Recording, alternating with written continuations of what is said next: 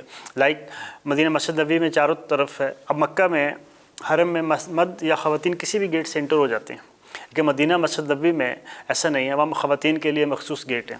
ٹھیک ہے، جب وہ خواتین کی سائڈ پہ جو لوکیشن ہے اس کی پرائسز زیادہ ہیں، چونکہ پریارٹی ہوتی ہے کہ خواتین والی سائڈ پہ ہوٹلز لیے جائیں، اور ان ہوٹلز کے ریٹس عام ہوٹل سے، عام لوکیشن سے ڈفرینس ہے وہ زیادہ ہوتے ہیں۔ ٹھیک ہے۔ اچھا پھر یہ جب اے کیٹیگری میں چلے جاتے ہیں نا، تو پھر اے کیٹیگری کے لیے ساری سروسز مینٹین کرنی پڑتی ہیں، لائک اس کی ایئر لائن، اس کا مکہ ہوٹل، عزیزیہ ہوٹل، پھر مینا میں کھانا، عزیزیہ میں کھانا، وہ سارے پھر اس سٹینڈرڈ کو مینٹین کرنا پڑتا ہے کہ اسی کلاس کے حساب سے وہ ساری سروسز دی جائیں۔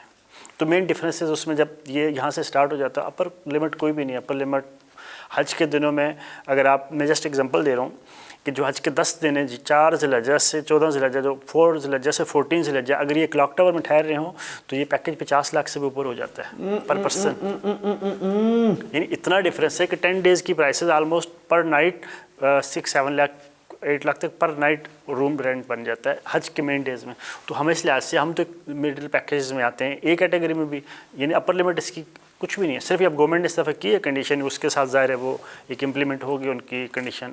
سر میرا ایک سوال ہے آپ سے یہاں پہ، گورنمنٹ آف سعودی عربیہ جنہوں نے، آپ نے جس طرح مجھے بتایا کہ زونز بنا دیے گئے، زون 1 زون 2 زون 3، خواتین کا گیٹ، ہوٹلز کا قریب ہونا نہ ہونا، مطلب کہ کمپنیز تو اپنا کام کر رہی ہیں، آپ لوگوں کا کام، ہمارا کام ہے کہ ہم جائیں، آپ کا کام ہے کہ آپ ہمیں بہترین طرح سے وہاں کا وزٹ کروائیں، لیکن گورنمنٹ آف سعودی عربیہ نے حج مشکل نہیں کر دیا لوگوں کے لیے اس طرح؟ اچھا میں سمجھتا ہوں آسان کر دیا۔ میں اگر آپ سے آج سے 10 سال پیچھے چلا جاؤں تو جب ہم بسز لیتے ہیں تو اس میں یہ آپشن نہیں ہوتا تھا کہ آپ پے کر کے اپنی مرضی کا ماڈل، اپنی مرضی کی کمپنی سے لیٹسٹ بسز لے لیں۔ اچھا، اب ایسے بھی لوگ ہمارے ساتھ ٹریول کرتے ہیں کہ جو چاہتے ہیں ہم حج کے دنوں میں پرائیویٹ GMC لینا چاہتے ہیں، اچھا وہ پے کرنا چاہتے ہیں، ان کو اللہ تعالیٰ نے یہ دیا ہے اور وہ آپ حج پہ جاتے ہو اگر یہ اماؤنٹ پے کرنا چاہتے ہیں تو یہ فیسلٹی نہیں ہوتی تھی۔ اب کیا ہوا، انہوں نے آپشن دے دیا ہے کہ آپ بیسک پیکیج یہ ہے، اس کے بعد آپ اس میں جتنا ایڈ کرتے جائیں جتنا گڑ ڈالیں گے اتنا میٹھا جتنا گڑ اب اس سے بینیفٹ یہ ہوا کہ کوئی سروسز اچھی لینا چاہتا ہے, کوئی فیملی کے ساتھ سیپریٹ رہنا چاہتا ہے, لیٹسٹ بسز لینا چاہتا ہے. مجھے یہ لگتا ہے کہ سعودی گورنمنٹ نے حج کی سروسز کو آسان بنا دیا ہے, فیسلٹیز کو. کچھ کمپلیکیشنز ہیں, وہ اب سسٹم چینج ہو رہا ہے, یہ پوری دنیا میں ایک نظام چینج ہو رہا ہے. مینول سے جب آپ سسٹم پہ جا رہے ہیں تو وہ اس میں ڈفرینسز آ رہے ہیں, وہ بھی فیس کرنے پڑ رہے ہیں, ہمیں بھی کرنے پڑ رہے ہیں, ہماری انڈسٹری کو بھی کرنے پڑ رہے ہیں, لیکن وہ وقت کے ساتھ بہتر ہو جائیں گے. لیکن بیسک اس میں امپرومنٹ کی طرف جا رہی ہے. یہ جو سعودیہ کا ویژن ہے 2030, اس کے مطابق وہ حج کو ایک ایسا آسان پلیٹ فارم پہ لے کے جانا چاہتے ہیں کہ یعنی جس کے اندر مشکلات ہیں جتنی کم ہو سکے. حج کرنا صاحب استطاعت بندے کا سینیریو ہو چکا ہے, اور اللہ تعالیٰ بھی فرماتا ہے اگر صاحب استطاعت ہو تو حج کرو. ہماری تو دعا یہ ہے کہ سب لوگ صاحب استطاعت ہوں. آپ اپنی پوری فیملیز کے ساتھ جائیں حج کرنے کے لیے, میری تہہ دل سے دعا ہے.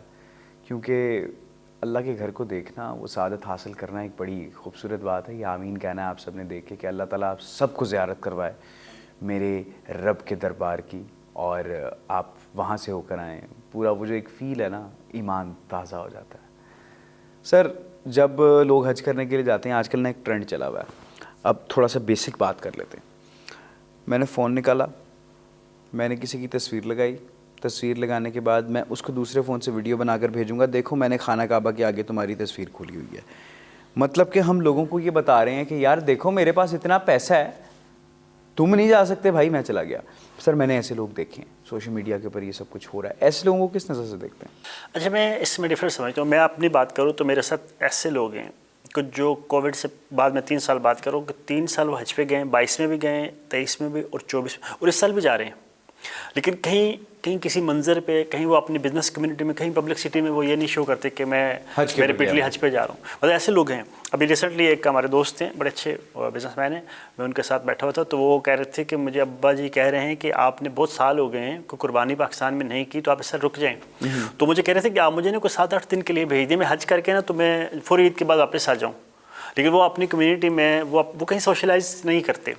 میرے خیال ہے یہ سوشل میڈیا اس کا پازیٹیو بھی لوگ استعمال کرتے ہیں, نیگیٹو بھی کرتے ہیں, لیکن حج پہ جو اگر اس کا پازیٹیو استعمال کیا جائے تو وہ زیادہ اچھا ہے. پازیٹیو استعمال ہو سکتا ہے, آپ بالکل ٹھیک کہہ رہے ہیں. ہم لوگوں کو پیغامات دے سکتے ہیں. آپ ٹک ٹاکس بنانا شروع کر دیں, آپ عوام کو, میں نے لٹرلی ایسے لوگ دیکھے ہیں جو سعودی عرب سے سٹوری پوسٹ کرتے ہیں اور سٹوری کے پیچھے سر ارجیت سنگھ کا گانا لگا ہوتا. I have seen such people. مطلب کہ آپ اللہ کے گھر جا رہے ہیں, اللہ سے ملاقات کے لیے جا رہے ہیں, آپ کے پاس یہ I would say life making 30-40 دن ہو سکتے ہیں کہ جس کے اندر آپ اللہ سے اپنا تعلق گہرا کر لیں. حج کرنے کے بعد تو انسان ایسا ہو جاتا ہے جیسے دوبارہ پیدا ہوا ہے, گناہ مٹ گئے.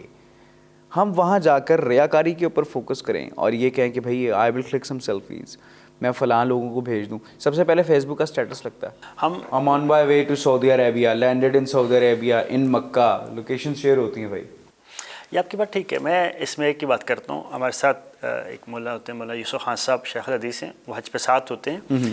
تو ہم ان سے یہ بات کرتے ہیں کہ میں ان سے بھی ریکویسٹ کرتا ہوں کہ آپ حج پہ, خاص کر عزیزیہ میں اور مینا کے جو حج کے ڈیز ہیں, وہاں پہ جو حجاج ہیں ان کو اتنا گائیڈ کر لیں, ان کو اتنا انگیج کر لیں کہ یہ کسی دوسری مصروفیات میں نہ رہیں, تو وہ اس طرف لوگوں کی توجہ رہتی ہے. لیکن پھر اگین وہی بات کروں گا کہ اب یہ سوشل میڈیا, موبائل کا استعمال اتنا بڑھ گیا کہ ہم کہیں نہ کہیں اس میں چلے جاتے ہیں. حالانکہ سعودی عرب نے بھی, سعودی گورنمنٹ نے بھی یہ کہا کہ جب آپ حرم میں ہیں تو حرم میں تصویریں بنانا اس کو جتنا کم کر سکتے ہیں, مطلب انہوں نے پابندی لگائی ہے, لیکن ہم پھر بھی کہیں نہ کہیں استعمال ہو جاتا ہے اس کا, لوگ کر لیتے ہیں. ٹھیک کہہ رہے ہیں آپ. میں سعودی عرب کے نظام کی بات کرتا ہوں. سعودی عرب کی پولیس کو ہم کہتے ہیں کہ سعودی عرب کی جو پولیس ہے, پیٹرولنگ پولیس ہے, it's one of the most highly trained and dangerous police around the globe. مطلب کہ I have seen some videos کہ فرار ہوتے ہوئے لوگوں کو اس طرح سے پکڑا جاتا ہے سعودی عرب کے اندر کہ جیسے کوئی سین ہی نہیں ہے ان کے لیے. وہ گاڑیاں ڈرفٹیں کر رہی ہوتی ہیں اور ڈرفٹنگ کرتے ہوئے دائرہ بنا کے 5-6 گاڑیوں کو ایک گاڑی بلاک کر دی جاتی ہے وہاں پہ. سعودی عرب کے اندر آج کل کے بھی دور کے اندر جب کسی شخص کو گلٹی پایا جاتا ہے تو کس طرح سے ٹریٹ کیا جاتا ہے وہاں پر جا کے, اور پاکستانیوں کے اندر آ کے خوف ہے اس چیز کا کہ یار ہمیں وہاں پہ, کیونکہ آپ کو پتہ ہے سر ہر جگہ ہر طرح کے لوگ ہوتے ہیں, ہم نے حج کے اوپر جا کر اپنی بیسک ایتھکس کے ساتھ کنیکٹڈ رہنا ہے. ہم نے وہاں جا کر کوئی ایسی چیز نہیں کرنی جو کہ وائلیشن کاؤنٹ ہو. اچھا, میں اس میں بڑی واضح ہے. ایک تو ہم جب حج پہ جانے سے پہلے اپنے حجاج کو یہ انسٹرکشنز بھی دیتے ہیں کہ آپ سوشل میڈیا کا استعمال کم کریں. دوسری میں حقیقت آپ کو بتاؤں کہ ہم پاکستان سے جب سعودی عرب جاتے ہیں تو ہم ٹوٹلی چینج ہو جاتے ہیں. کیونکہ سعودی عرب میں ایک پولیس افسر کہیں کھڑے ہیں اور اس کی ایک ڈائریکشن ہے کہ ادھر نہیں آنا، تو کوئی ہمت نہیں کرتا کہ اس روڈ پہ چلا جاتا ہے. مطلب ان کے اندر ان کو یہ پاور ہے ان کی پولیس کے پاس. وہ بے شک ہم حج پہ ہیں، میں مینا کی بات کر رہا ہوں، ہم مینا میں جا رہے ہیں، وہ کہہ رہے ہیں کہ یہ راستہ آپ کو ڈائریکشن آپ نہیں جا سکتے، جاتے انہیں روک دیا ہے. تو کوئی بندہ ان کے ساتھ رجسٹ نہیں کرتا کہ نہیں آپ نے نہیں جانا، لوگ ڈائریکشن کو، اچھا پھر ہم اس کو فالو کرتے ہیں. یہاں پہ ہم تو بحث کر دیتے ہیں، ہم کھڑے ہو جاتے ہیں، لیکن وہاں لوگ اس کو فالو کرتے ہیں. میں یہ سمجھتا ہوں کہ سعودی جو اتھارٹیز کی جو ایجنسیز ہیں وہ اتنی امپاور ہیں کہ وہاں پہ کوئی آپ کو معافی کی گنجائش نہیں ہے. اگر آپ کوئی وائلیشن کرتے ہیں تو آپ کو کہیں نہ کہیں اس کے لیے بھگتنا پڑتا ہے. تو یہ ہر جگہ پہ، وہ جدہ ایئرپورٹ سے لینڈ کرنے سے مکہ، آپ کو ہر جگہ پہ وہ ڈائریکشن دے دیتے ہیں کہ یہ رولز آپ نے فالو کرنے ہیں، یہ سسٹم آپ نے فالو کرنا ہے. تو حج پہ جو ہم لوگ ہیں وہ اس کو فالو کرتے ہیں، جو میں سمجھتا ہوں بہت کم ہے. اب چونکہ کہیں نہ سمجھی میں سوشل میڈیا کا استعمال ہو جاتا ہے، اب تو میں تو اس کی بھی ریکویسٹ کرتا ہوں کہ جب حج پہ جاتے ہیں کہ آپ سوشل میڈیا میں جو پوسٹنگ یا ویڈیوز شیئرنگ، جو پاکستان کی جو ایشوز ہیں ان کو آپ چھوڑ کے جائیں، آپ فوکس ہی حج پہ کریں. ابھی ریسنٹلی ایک کیس ہوا کہ آپ کو شاید آپ نے میڈیا میں دیکھا ہوگا کہ وہ وہاں جدہ میں اریسٹ ہو گئے منشیات کے کیس میں. وہ فیملی بے گناہ تھی، اس میں گورنمنٹ نے جن کا ٹیگ لگا کر بیگ کے اوپر ایکسچینج ہوا تھا. بالکل ٹھیک کہہ رہے ہیں، میں وہ سوال آپ سے کرنے ہی لگا تھا اگلا. تو وہ فیملی بالکل ہی بے گناہ تھی. اب اس میں گورنمنٹ انوالو ہو کے ان کو ریلیز کیا ہے. تو ایسے کئی کیسز ہیں. اب وہ لوگ اس میں آ جاتے ہیں اس پرابلم میں. ہم نے دیکھا کہ حج کے دوران بہت سارے لوگ ایسے بھی ہیں جو آئی وڈ سے شہادت کا مرتبہ پاتے ہیں. گرمی کے اندر آپ طواف کرتے کرتے اپنے رب سے ملاقات کے وقت، اور حج کے دوران اللہ نے آپ کو اپنے پاس بلا لیا. صحیح بات. میرا خیال ہے موت کا اس سے خوبصورت وقت نہیں ہو سکتا. لیکن اموات کے کیسز کے اندر پچھلے سالوں میں اضافہ ہوا ہے. کتنا کچھ اضافہ ہوا ہوگا؟ اچھا، لاسٹ ایئر اس میں ایک ایشو آیا، وہ اس میں بعد میں گورنمنٹ سے کلیئرٹی بھی ہوئی کہ اس میں کچھ وہ لوگ حج پہ گئے تھے. اب پرابلم کیا آتی ہے؟ ایک ہم حج کے ویزے پہ جا رہے ہیں. اب سعودی عرب نے اس وقت پاکستان سے وزٹ ویزا سٹاپ کر دیا ہے، کیونکہ لوگ کئی ممالک سے کر دیا، انہیں پاکستان میں ہے کہ وہ لوگ پاکستان سے اب وزٹ ویزے پہ رمضان میں بعد جائیں گے، پھر حج کر کے واپس نہ آئیں. یہ خدشات ہوتے ہیں.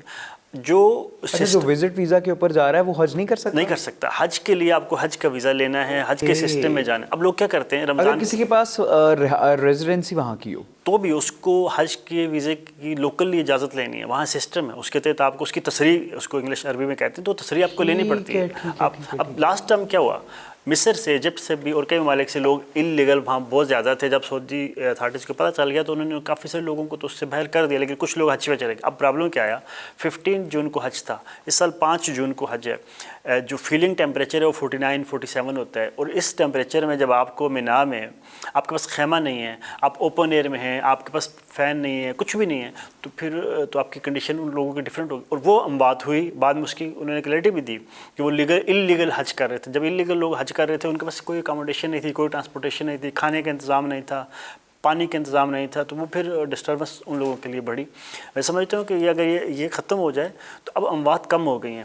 اموات سب سے زیادہ ہوتی تھی پہلے جمرات پہ، جب 10 ذی الحجہ کو کنکریاں مارنے جاتے تھے تو وہاں سب سے زیادہ اموات ہوتی تھی. اب لاسٹ 10 سال سے ایسا نہیں ہے، چونکہ انہوں نے اس کو اتنا وسیع کر دیا ہے، اس کے 3-4 فلورز بنا دیے ہیں کہ اس کی وہ مینجمنٹ کرتے ہیں. وہ دیکھ رہی ہوتی ہے کہ کہاں سے کراؤڈ آ رہا ہے، اس کراؤڈ کو روکتے ہیں وہ. سر مجھے ایک بات بتائیں، آپ کی جو کمپنی ہے اس کے اندر میں نے دیکھا کہ اوورسیز پاکستانیوں کو حج کے لیے فیسیلیٹیٹ کیا جانے کا ایک آپشن ہے. تو اوورسیز پاکستانیوں کو حج کے لیے کیسے فیسیلیٹیٹ کیا جاتا ہے؟ اچھا، یہ بڑا آسان ہو گیا ہے، چونکہ اب پہلے یہ ہوتا تھا کہ جو حج ویزا ہوتا تھا وہ اسٹکر ویزا ہوتا تھا اور آپ کے پاسپورٹ پہ چسپاں ہوتا تھا. اب جب ڈیجیٹلائز سسٹم ہوا تو یہ ای ویزا ہو گیا.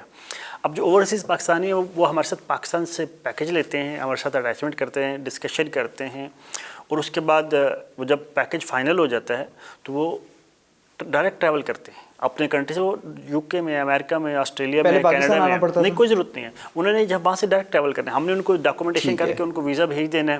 وہاں کے ارینجمنٹس اس کے گروپ کے ساتھ ہوں گے. وہ جب وہ وہاں سے ٹکٹس لے لیں کہ وہ بھی لے سکتے ہیں، ہم بھی ان کو ارینج کر کے دیتے ہیں. یہ بڑی تعداد ہے. لاسٹ ایئر پرائیویٹ کمپنیز میں 30,000 اوورسیز پاکستانی جو ہیں وہ ڈائریکٹلی ٹریول کیا. اچھا، اوورسیز کے پروجیکٹ سے پہلے کیا پاکستان آنا پڑتا تھا ان لوگوں کو؟ پہلے پاکستان آنا پڑتا تھا، کیونکہ وہ ویزا لگتا تھا نا. ویزا لگنے کے لیے اسٹیکر ویزا تھا تو پاسپورٹ چاہیے ہوتا تھا اوریجنل. اب تو وہ ان کے پاس پاسپورٹ یو ایس میں ہے اور وہ ٹریول کر رہے ہیں ڈائریکٹلی. اچھا، اگر کسی کی لائک اب فرض کریں کہ پاکستانی ہے لیکن اس کے پاس یو ایس کی نیشنلٹی آ گئی ہے، کافی ٹائم سے یو ایس کے اندر ہے، اور وہ ڈائریکٹ یو ایس سے جانا چاہتا ہے، اس کے لیے بھی اس کو ہمارا ایک کنڈیشن ہے بیسک، جس کے پاس پاکستانی پاسپورٹ ہے وہ جا سکتا ہے. لیکن ایسے لوگ ہیں کہ جن کے پاس US پاسپورٹ تھا, پاکستانی پاسپورٹ نہیں, تو انہوں نے اپلائی کیا پاسپورٹ, گورنمنٹ نے DG امیگریشن نے ایک ڈیسک کیا ہوا ہے کہ جو لوگ اوورسیز حج پہ جانا چاہتے ہیں ان کو پاسپورٹ رینیول کرنے میں, بنانے میں فیسیلیٹیٹ کرتے ہیں باقاعدہ. ٹھیک ہے. تو کیا باہر, اگر میرا سوال کا ایک مقصد ہے تھوڑا سا وہ انڈرسٹینڈ کیجیے گا, کہ اگر ایک شخص پاکستانی ہے اور وہ 15-20 سال سے UK میں رہ رہا ہے, اس کے پاس UK کی نیشنلٹی ہے, اب وہ پاکستان کو انوالو ہی نہیں کرنا چاہ رہا اور وہ کہہ رہا ہے کہ یار میں حج پہ چلا جاؤں, ٹھیک ہے, تو وہ UK سے ڈائریکٹ سعودی عرب UK کی آرگنائزیشنز کے ساتھ بات چیت کر کے جا سکتا ہے؟ جی بالکل جا سکتا ہے. UK کی آرگنائزیشن نہیں ہے, سعودی گورنمنٹ نے ایک نسک کے نام سے ایپ سسٹم بنایا ہوا ہے, وہ ڈائریکٹلی سعودی گورنمنٹ ان کو فیسیلیٹیٹ کرتی ہے, اور ان کی ڈفرینٹ ایجنٹس ہیں یا کمپنیز ہیں وہ اس پہ کام کرتی ہیں, وہ جا سکتے ہیں. پرابلم کیا ہے, وہاں لینگویج بیریئر ہے. جب آپ نے سعودی عرب میں لینڈ کر جانا ہے تو وہ جب اوورسیز ہے, ہمیں تو پتہ ہے کہ ہم نے ان کو کس پوزیشن پہ ڈیل کرنا ہے, کس اسٹیٹس پہ ڈیل کرنا ہے. اچھا دوسرا میں یہ بتاؤں, میں بہت زیادہ ہیپی ہوتا ہوں اوورسیز جہاز کو بک کرنے میں. وہ اتنے کیلکولیٹڈ لوگ ہوتے ہیں ٹائم مینجمنٹ کے حساب سے, سسٹم کے حساب سے, کہ ان کو کہتے ہیں کہ 12:30, اس کے بعد وہ 12:25 پہ وہاں پہنچے ہوتے ہیں, کیونکہ ان کی لائف بڑی سیٹلڈ ہوتی ہے, بڑے وہ آرگنائز لوگ ہوتے ہیں. پاکستان کے جو کلاس ہمارے ساتھ جاتے ہیں وہ 100% آرگنائزڈ ہوتی ہے, لیکن جو کہ ظاہر ہے کچھ لوگ اس میں ایسے بھی ہوتے ہیں کہ جنہوں نے زندگی میں پہلی دفعہ سفر کیا, 12:30 بلائیں گے تو 2 بجے آتے ہیں, نہیں سفر ہی پہلی دفعہ کیا زندگی میں, ان کو چیزوں کا حج پہ جانے کا, اور حج کا سفر اور ایک انٹرنیشنل سفر میں بڑا ڈفرینس ہے. سر پوڈ کاسٹ کے اوپر مزہ آیا آپ کے ساتھ, اور یہ انفارمیشن وہ تھی جو انفارمیشن ضروری تھی لوگوں کے لیے. اللہ جزائے خیر دے آپ کو اس چیز کی, اور لوگوں کو اللہ کے گھر کی سعادت کرنا نصیب فرمائے. جزاک اللہ, شکریہ. معزز ناظرین اکرامی, حج ایک عبادت ہے جو کہ اگر آپ کر سکتے ہیں تو آپ کو کرنی چاہیے, کیونکہ اس عبادت کا نعم البدل کوئی نہیں ہے. ویسے کہا جاتا ہے کہ اگر آپ ماں باپ کو خوبصورتی کی اور حسن کی نگاہ سے, محبت کی نگاہ سے دیکھ لیں تو حج کا ثواب بھی ملتا ہے. لیکن جو حج کرنے کی بات ہے وہ اس کے اپنے اندر ہے کہ جہاں پر ہمارے آقا نے یہودیوں کے لیے اپنی چادر بچھا دی, وہ جگہ کیا ہوگی؟ وہ جگہ کہ جہاں پر رسول اللہ صلی اللہ علیہ وسلم نے زندگی بسر کی, وہ جگہ جہاں پر ان پر نبوت آئی, وہ جگہ کہ جب قرآن کریم اور دین اسلام مکمل کر دیا گیا, وہ جگہ کیا ہوگی؟ وہ جگہ جہاں پر مولا علی نے اپنا نام بنایا, وہ جگہ جہاں حضرت عمر بن خطاب نے حکومت کی, وہ جگہ کیا ہوگی؟ تو اس جگہ کو وزٹ کریں گے تو پھر یہ والی وائبز آتی ہیں, وہ اولڈ سکول وائبز, وہ دین اسلام کی وائبز. سعودی عرب کی مٹی کے اندر ہی نا وہ کشش ہے. ٹھیک کہہ رہے تھے سعادت صاحب کہ جب آپ نکلتے ہیں نا گھر سے جانے کے لیے تو آپ کا دائرہ خارج بالکل چینج ہو جاتا ہے, آپ کی تھنکنگ مینٹالٹی چینج ہو جاتی ہے. آپ کو ایسا لگتا ہے کہ وہ 1400 سال پہلے کا وقت وہ گزرا ہے نہیں, وہ میرے اور آپ کے ساتھ ساتھ چل رہا ہے. لیکن وہاں جا کے آپ کو لگتا ہے کہ آپ سعودی عرب نہیں, آپ 1400 سال پیچھے ہی آ گئے. ہائے کیا بات ہے. اللہ سے دعا ہے کہ آپ لوگ بھی وزٹ کریں, اللہ کے گھر کو دیکھ کر آئیں, اور آمین لازمی کہیے گا سارے کے سارے. ڈھیر ساری دعاؤں کے ساتھ اپنا بہت سارا خیال رکھیے گا. اپنے میزبان محمد ارحم کو دیجیے اجازت. اللہ نے کے بعد.